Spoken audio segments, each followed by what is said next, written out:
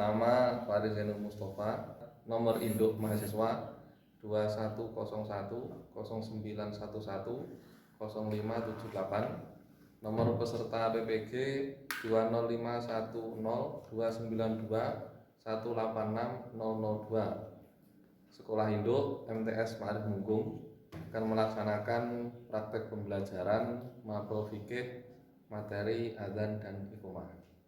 Demikian, assalamualaikum warahmatullahi wabarakatuh. Oke, kita mulai anak-anakku sekalian.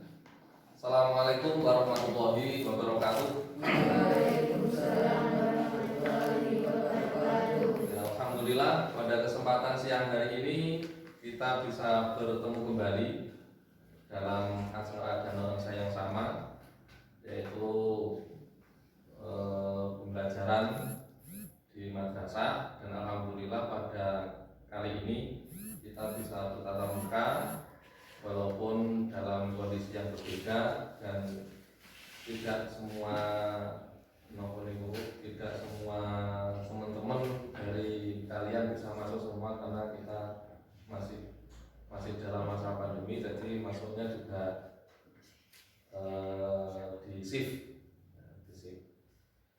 Nah, untuk mengawali pembelajaran pada siang hari ini, mari kita buka bersama dengan bacaan Al-Fatihah. Semoga pembelajaran pada siang hari ini bisa berjalan lancar dan ilmu yang didapat nanti bisa bermanfaat untuk diri kita dan untuk masyarakat umum di dunia wa dunia wal akhirah.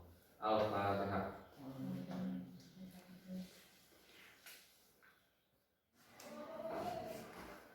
Setelah kita mempelajari pada bab yang pertama kemarin tentang Thaharah, kita masuk ke bab yang kedua, yaitu adzan dan iqamah.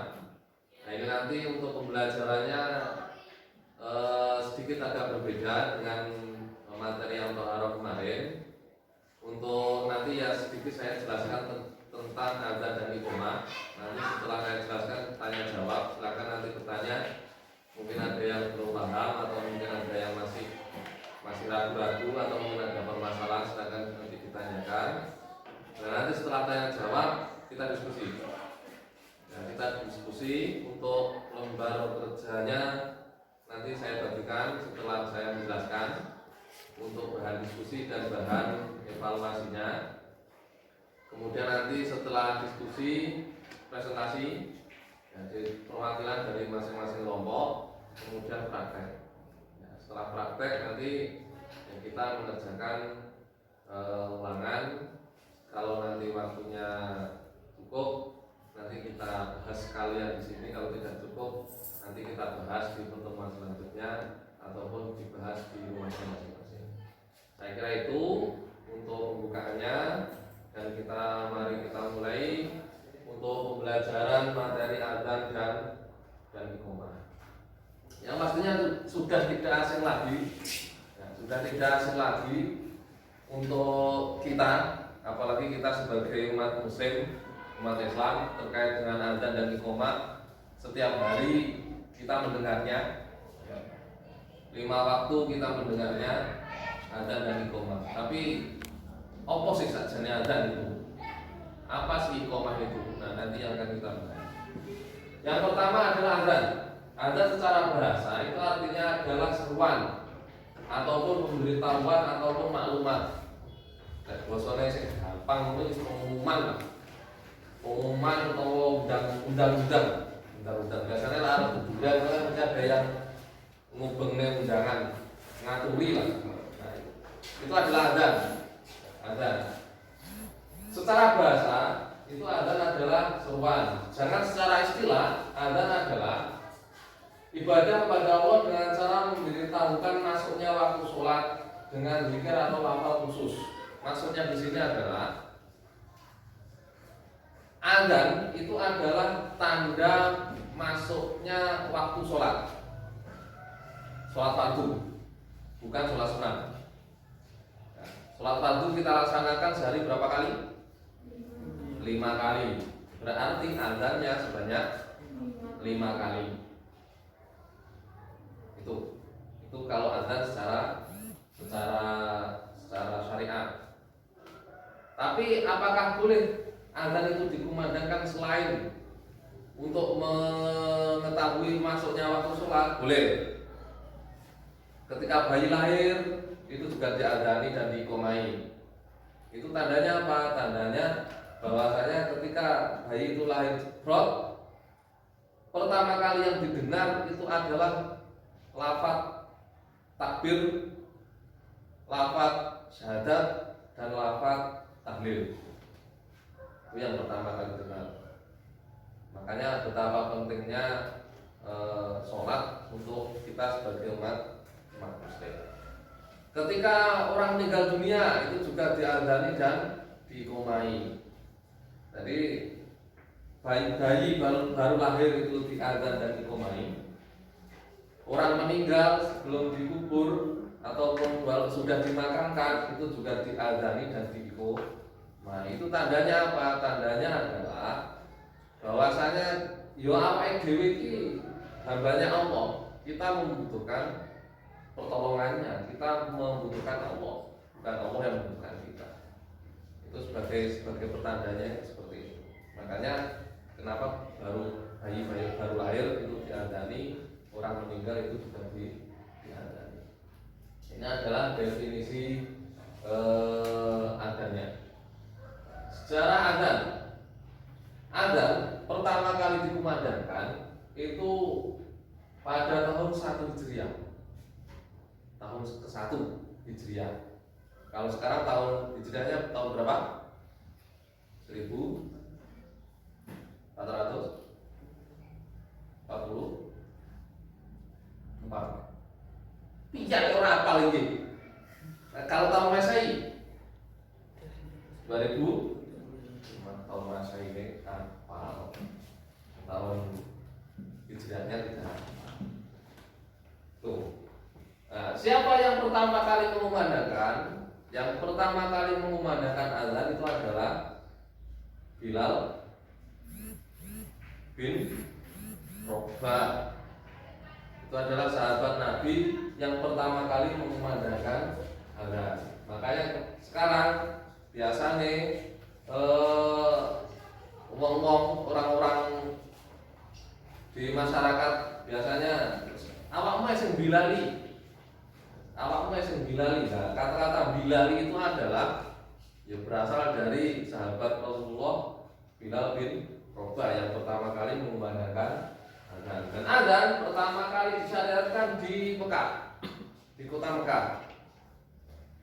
Pertama kali disyariatkan di kota Mekah. Ini adalah sejarah singkatnya. Nah, kemudian hukum azan. Yang pertama adalah menurut jumhur ulama, hukum azan itu adalah sunnah muakkad, sunnah yang ditekankan. Karena apa? Ketika azan itu masih berkumandang di bumi, maka kiamat itu mundur.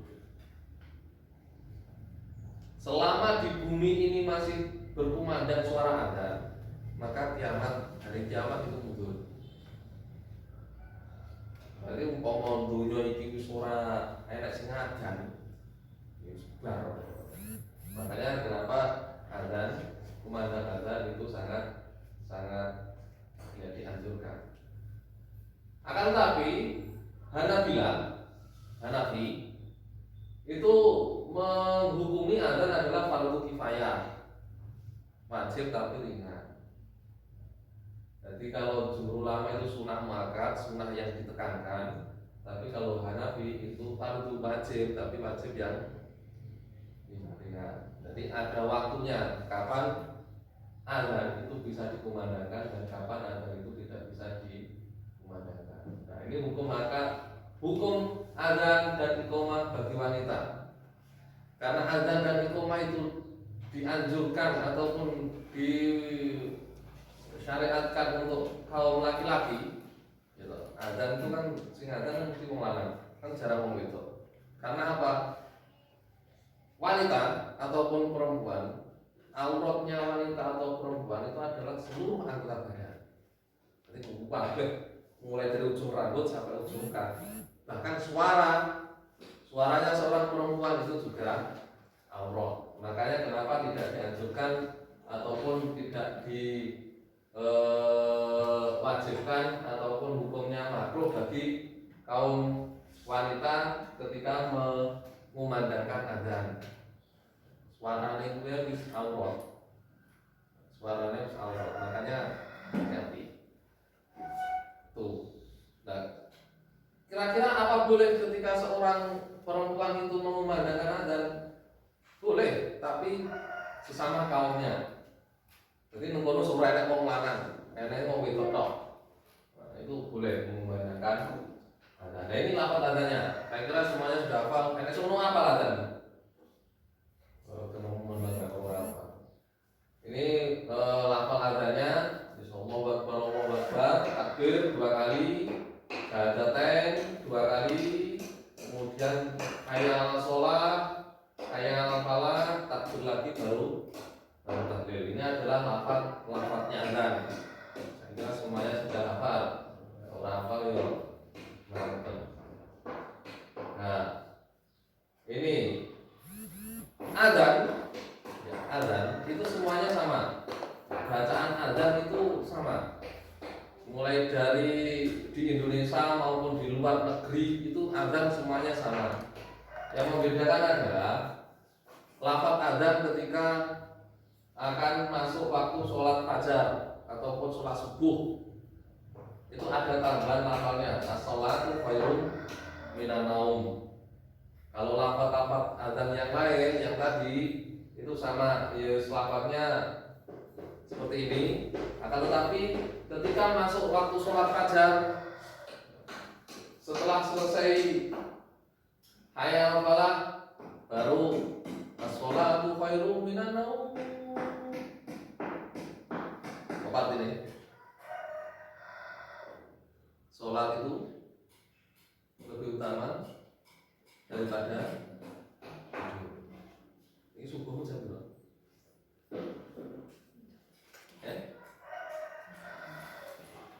Jam 6.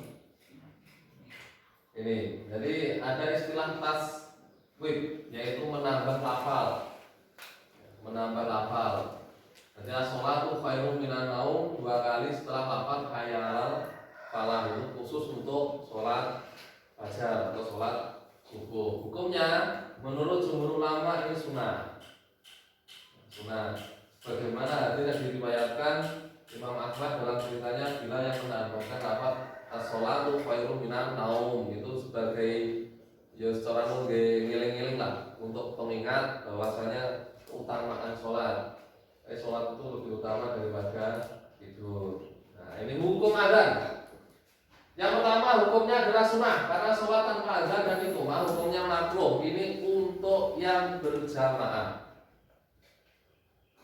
Sholatnya adalah sholat fardu. Kalau sholat sunnah tidak.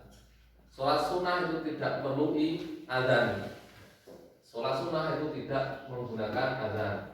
Iqamah disunahkan untuk disegerakan, membaca lebih cepat daripada azan, tapi tetap jelas pengucapan huruf-hurufnya. Jadi beda nih. Kalau azan itu rada kalem tapi banter. Allahu Akbar, Allahu Akbar. Kalem tapi banter. Tapi kalau iqamah itu agak cepat. Tapi lirik Allahu Akbar, Allahu Akbar, asyhadu an la ilaha illallah, asyhadu anna Muhammadar Rasulullah, hayya 'alas shalah, hayya 'alal falah. Agak kalem, tapi rada cepat tapi rada lirik. Tapi kalau azan itu banter. Hayya 'alal falah. Itu bedanya. Menurut jumhur mengumandangkan iqamah tidak harus di tempat waktu azan, tetapi menurut Hanafi disunahkan di tempat ketika azan. Jadi kalau bisa nenggon di tempat azannya begini, iqamah ya begini. Ya kalau sekarang kan enak, sekarang kan ada pengeras suara, jadi biasanya satu tempat di situ. Jadi tidak boleh pindah-pindah. Wah, azannya mungkin lek umat yang pondok putra utama nih ora oleh. Azannya nang masjid, ya umate nang SD atau nang lapangan sana itu tidak boleh. Jadi tetap dalam satu tempat. Mengumandangkan iqomah dengan suara yang lebih rendah. Kalau azan tadi suaranya kenceng, banter, tapi nadanya pelan. Kalau iqomah itu mengumandangkannya suaranya lebih rendah dan rada cepet. Itu bedanya. Bedanya di situ. Nah, selanjutnya iqomah. Tadi setelah kita mempelajari tentang azan, sekarang kita mempelajari tentang iqomah. Apa sih iqomah itu? Kemudian apa perbedaannya?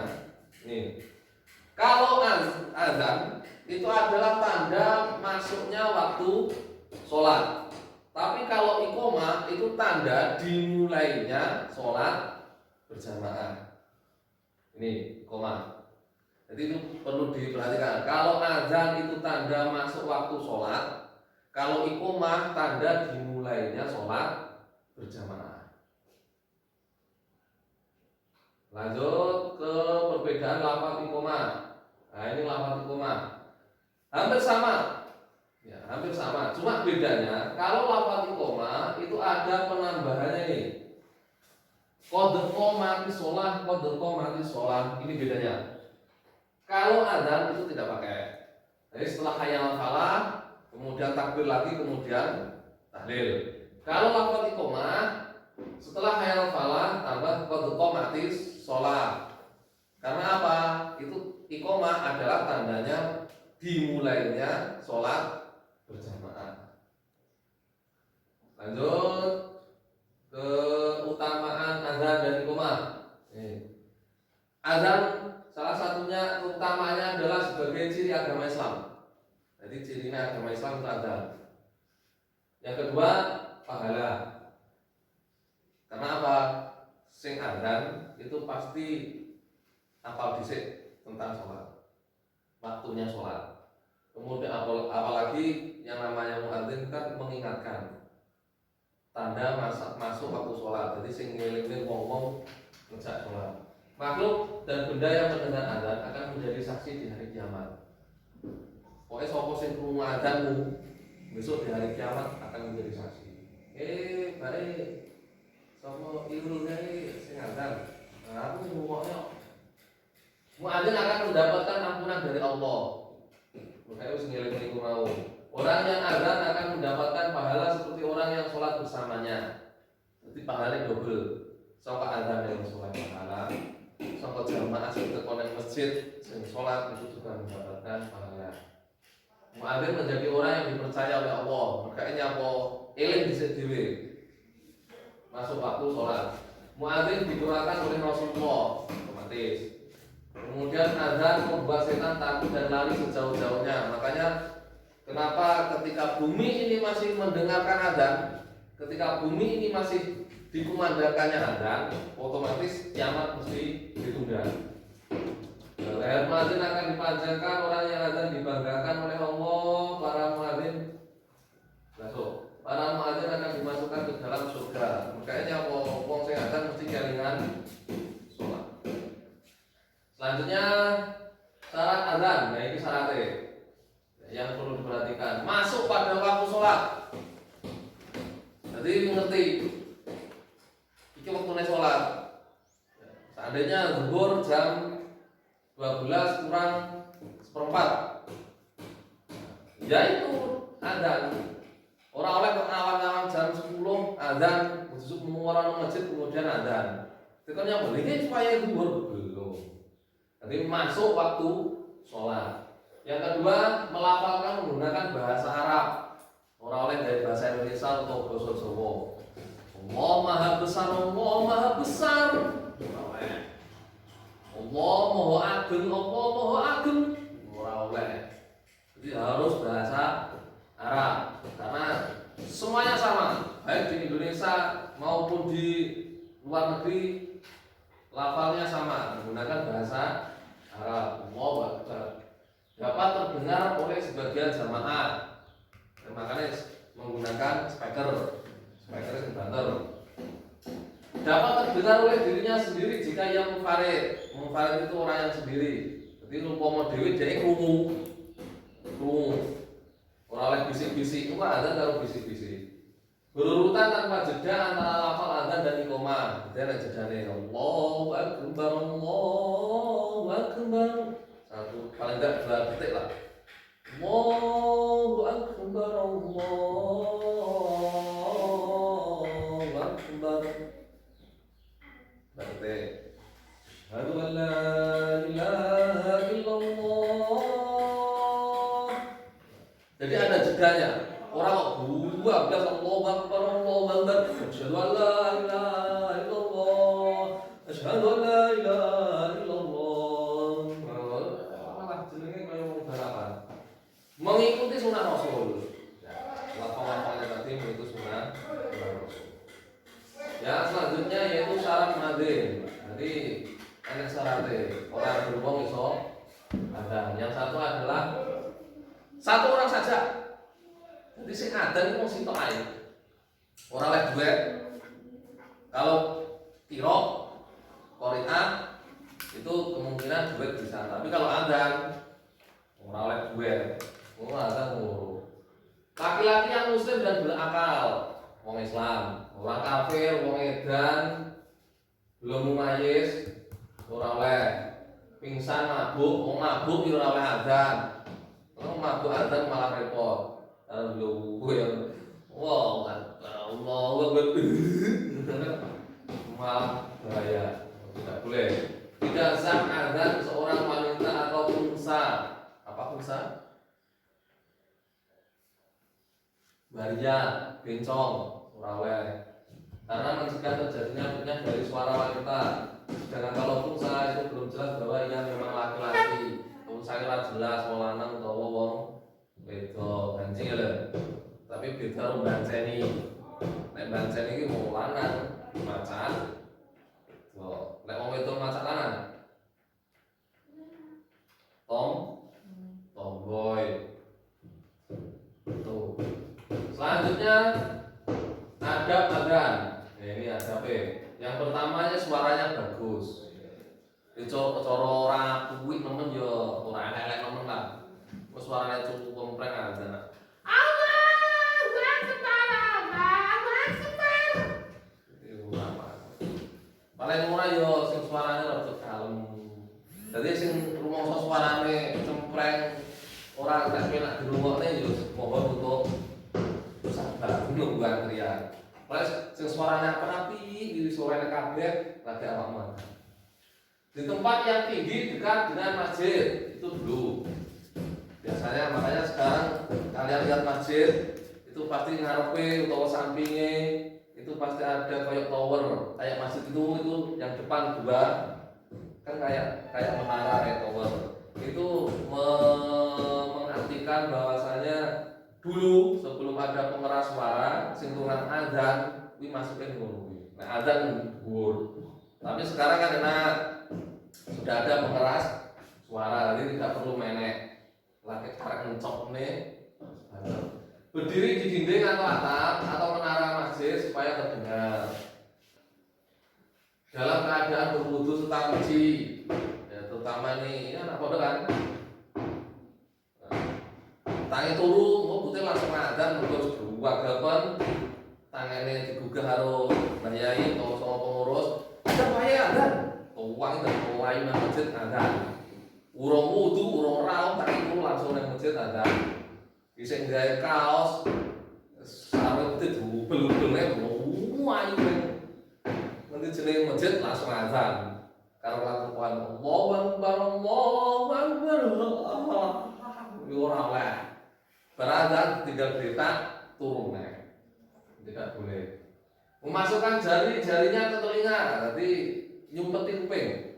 Supaya apa? Suaranya bisa lantang. Selanjutnya menoleh ke kanan pada kalimat yang pertama dan menoleh ke kiri pada kalimat atau lafal yang kedua. Hayalatain, hayala sholat sama hayal falah. Hayal sholat. Satunya hayal falah. Jadi sambil menoleh. Itu pertanda apa? Tandanya adalah ngeling nih. Woi, ayo sholat. Tuh tandanya. Selanjutnya memperlambat adzan dengan cara diam sebentar di antara 2 kalimat yang saya sampaikan di awal tadi. Jadi antara kalimat yang pertama, kalimat yang kedua itu juga jeda. Paling ora yo 2 detik lah. 2 detik. Sambil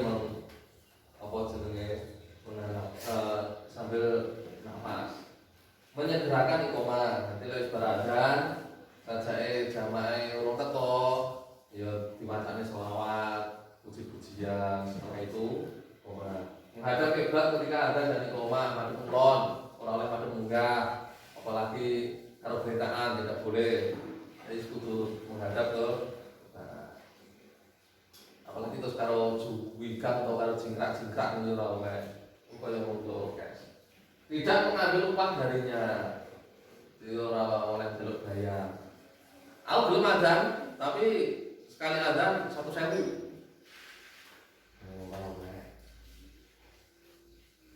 Mengumandangkan adzan di awal waktu.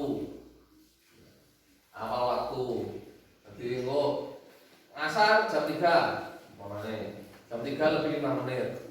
Lek adzan ngasar jam 5 lebih 1/4. Yo ora oleh. Itu di awal waktu wong adzan itu tandanya masuk waktu sholat kaya den adzan sholat. Hal-hal yang dimakruhkan. Yang pertama adalah meninggalkan sunah-sunah adzan. Sunah-sunahnya di awal tadi. Adzan sambil duduk atau berjalan-jalan dan bercakap-cakap ora oleh. Allahu Akbar, Allahu Akbar. Itu sudah mancing. Allahu Akbar, Allahu Akbar. Akhirnya gue jajan loh, bener loh. Ora oleh. Wah, ada yang taruh muka, amal ngomong-ngomong, lara teman. Allahu Akbar, Allahu Akbar. Ora oleh. Ada kudu anteng. Kemudian melakukan dan memanjangkan kalimat adzan dengan berlebihan ora oleh. Hayya 'alal falah.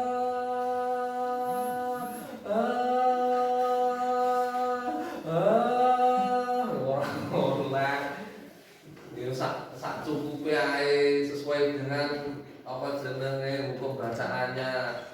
Hayya 'alal falah. Satu huruf kan, satu alif kan. Untuk bawa-bawane melakukan yang berlebihan ora oleh. Hayya 'alal falah. Ora oleh. Biasa wae, biasa saja. Itu. Kemudian keluar dari masjid setelah adzan tanpa sholat kecuali karena udzur. Jadi selesai adzan kalau memang tidak ada udzur ya rasa metu. Karena adzan tinggal melayu, boleh. Tuh mau selawat, kemudian lanjut menjawab adzan dan iqomah ini. Ini bagi kita yang tidak adzan, tapi krungu suarane adzan. Hukumnya baca menjawab adzan hukumnya apa? Adalah sunnah bagi orang yang mendengarkan adzan dan iqomah. Ketika awal itu adzan dan iqomah itu dijawab. Cara menjawab piye? Caranya jawab. Ketika muadzin takbir, Allahu Akbar, Allahu Akbar, dijawab Allahu Akbar. Asyhadu an la ilaha illallah, dijawab asyhadu an la ilaha illallah. Sampai pada hayya 'alas shalah sama hayya 'alal falah. Ketika muadzin menyampaikan hayya 'alas shalah, jawabannya wae la haula wala quwata illa billah. Ketika muadzin atau mengumandangkan iqomah, kemudian muadzin mengucapkan kalimat qad qamati shalah, itu kita yang mendengar menjawab dengan aqamallah wa ada maha. Makanya ketika kita mendengar azan, semua aktivitas diusahakan untuk berhenti, kecuali aktivitas yang di situ tidak bisa ditinggal. Contoh umpamanya yang perjalanan, mau waktu sepeda pena-pena mau adzan orang langsung lagi mau mandek untuk tabrak sama mburi. Atau mungkin pada waktu bulan itu pakai kayak Allah bapak mandek sih. Ini orang-orang terus nih. Itu. Berdoa setelah adzan. Nah, ini kudu hafal. Ya, kudu hafal. Setelah mendengar syahadatain, asyhadu an la ilaha illallah. Ini bacaannya Rabbi billahi robban Muhammadin. Ya. Setelah adzan, doanya adalah Allahumma robba hadhihi walitamah wassolatil qimah ati Muhammadanil wasilata wal fadilah Ablasu maqama mahmudanil ladzi wa'ada innaka la tuqlibul apa urung coba dibaca bareng 1 2 3 Bismillahirrahmanirrahim. Allahumma robba hadhihi wassolatil qimah ati Muhammadanil fadilah wa ba'athu maqaman mahmudanil ladzi innaka. Itu adalah doanya setelah. Nah, kita yang mendengarkan juga doa apa tidak Pak? Doa. Kita yang mendengarkan juga doa. Nah, itu tadi sekilas tentang materi adzan dan iqamah. Mungkin masih ada yang belum paham atau mungkin ada yang perlu ditanyakan, silakan. Penjelasannya iqamah sebagai pertanda. Iqamah, saya ulangi sedikit lagi. Adzan itu dikumandangkan ketika masuk waktu sholat, pertanda masuk waktu. Kalau iqamah itu dikumandangkan pertanda bahwa dimulainya waktu, dimulainya berjamaah. Jadi iqamah itu dikumandangkan untuk mengetahui bahwasanya oh ini sholatnya harus dimulai, sholatnya akan dimulai. Paham? Oh ya, ada lagi? Oh. Nama muadzin yang terkenal ketika masa Rasulullah SAW siapa Pak? Muadzin ataupun orang yang pertama kali mengumandangkan adzan itu adalah Bilal bin Rabah. Itu adalah sahabat Rasulullah yang pertama kali. Jadi anak bel teng teng teng nanti supaya masuk waktu sholat. Orang-orang yang sing ngoro ayo sholat tadi nggak salah. Itu. Nah, kemudian setelah itu salah satu sahabat itu coran niki yo khawatir masa tanda waktu masuk sholat kok seperti ini. Nah, kemudian ada yang bermimpi, dari sahabat itu ada yang bermimpi bahwasanya dikasih istilahnya dikasih petunjuk yo untuk menghadap ke Rasulullah. Nah, akhirnya pada saat itu ada salah satu sahabat itu langsung lari ke bukit, salah satu bukit, kemudian beliau mengumandangkan adzan. Nah, itu namanya adalah Bilal bin Rabah. Ada lagi? Menurut sunnah Rasulullah, adzan dikumandangkan untuk apa? Nah, sedikit saya ulang lagi. Kalau iqamah itu dikumandangkan untuk masuknya sholat berjamaah, tapi kalau adzan itu dikumandangkannya adalah mengetahui masuknya waktu sholat. Mungkin ada lagi? Tidak ada? Oke, kalau tidak ada, sesuai yang saya sampaikan di awal tadi untuk lembar kerjanya ini saya bagikan. Kemudian nanti silahkan ditundingkan, didiskusikan di masing-masing kelompok, ya, di masing-masing kelompok. Waktunya tidak lama, 5 menit lah, 5 menit kurang sedikit lah. Silahkan didiskusikan, nanti dipresentasikan di masing-masing kelompok.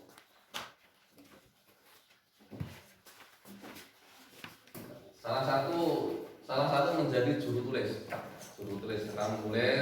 Nanti salah satu untuk mempresentasikan hasil diskusi dan lembar kerja.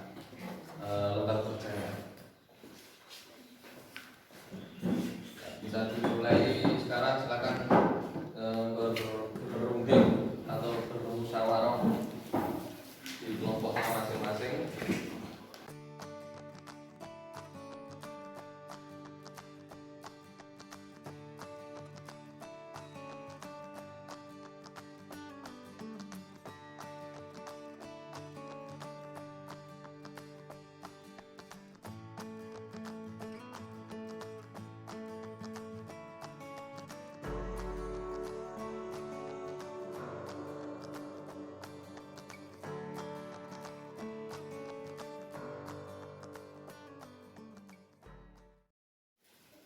Sebutkan nama dan dari kelompok berapa. Nah, untuk kelompok yang lain silakan nanti mendengarkan, kalau mungkin ada yang ditanyakan silakan ditanyakan. Kemudian nanti langsung juga dikasih nilai dari hasil presentasinya tadi. Jadi kelompok 1 dinilai kelompok 2, kelompok 2 dinilai kelompok 3, kelompok 3 dinilai kelompok 1. Ayo silakan langsung dipresentasikan kalau sudah selesai. Perkenalkan, nama saya Tasma Bidadara akan mempresentasikan hasil diskusi kami. Pada masa Rasulullah, azan salat fajar dilakukan 2 kali, yaitu azan pertama sebelum masuk waktu subuh atau sekitar waktu makan sahur, dan azan yang kedua pada saat masuk waktu subuh. Iqamah dikumandangkan sebagai pertanda salat berjamaah akan segera dimulai. Mungkin ada pertanyaan dari kelompok lain? Tidak ada?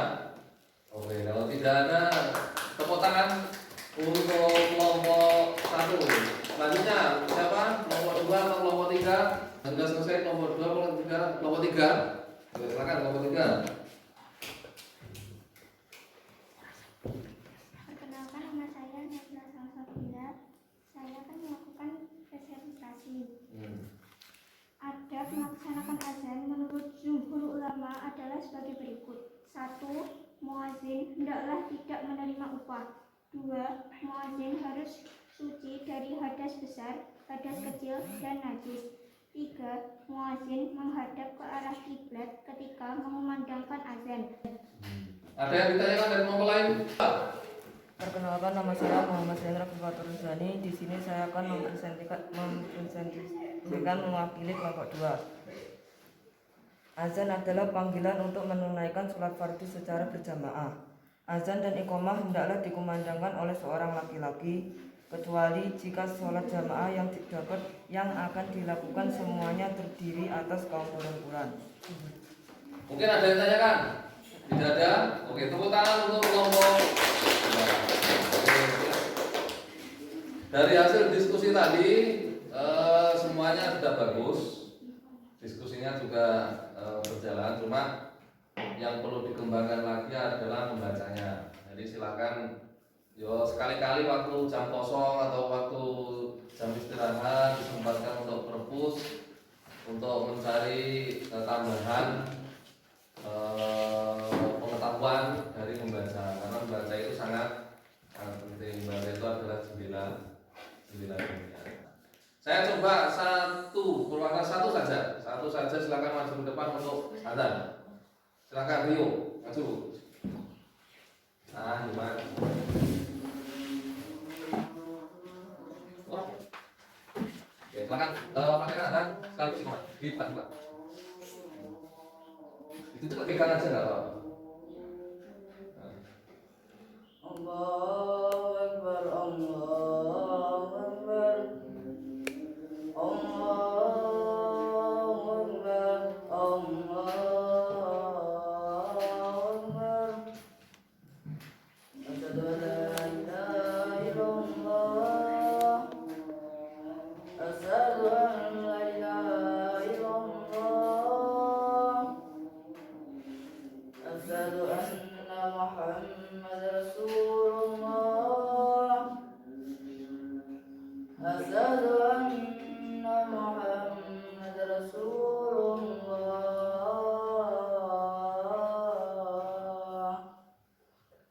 Hayya 'alas salat, حي على الصلاة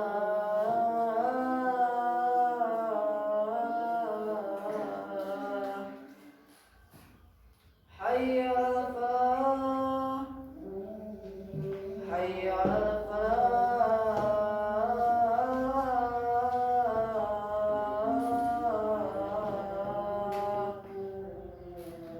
الله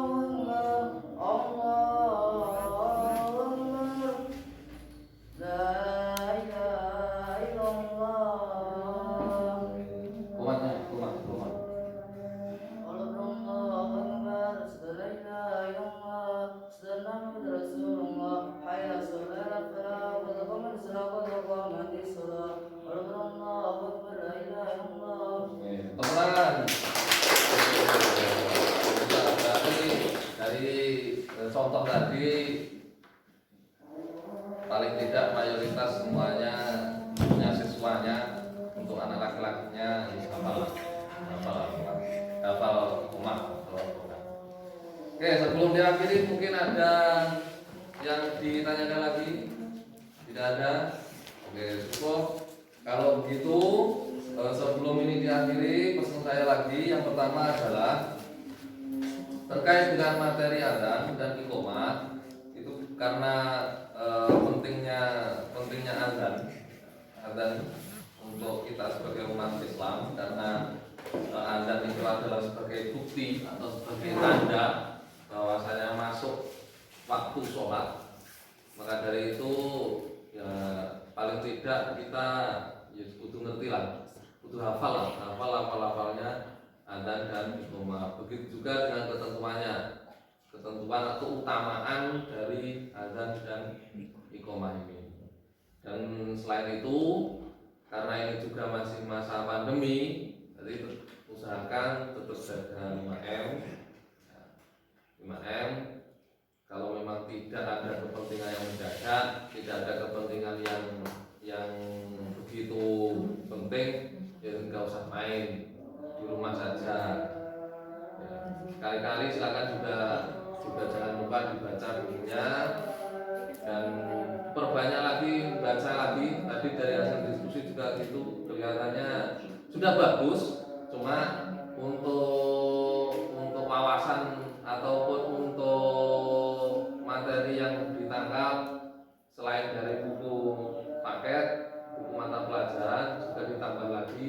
Silahkan dibaca-baca lagi, main-main ke perpus untuk menambah pengetahuan dari membaca, karena sangat pentingnya membaca untuk kita sebagai pendidik dan juga kalian sebagai murid. Jangkanya masih panjang. Membaca itu adalah salah satu jendela dunia. Dengan banyak membaca pasti banyak ilmu yang akan kita dapat. Saya kira itu yang bisa saya sampaikan. Dan jangan lupa untuk tugasnya yang terakhir tadi silakan dikerjakan di rumahnya masing-masing, karena waktunya juga sudah habis, sudah selesai. Kita bahas untuk soalnya di pertemuan yang akan datang. Kita bahas di pertemuan yang akan datang untuk pembahasan soalnya. Saya kira itu, dan mari kita tutup, kita akhiri pembelajaran pada siang hari ini dengan bacaan kafaratul majelis. Bismillahirrahmanirrahim.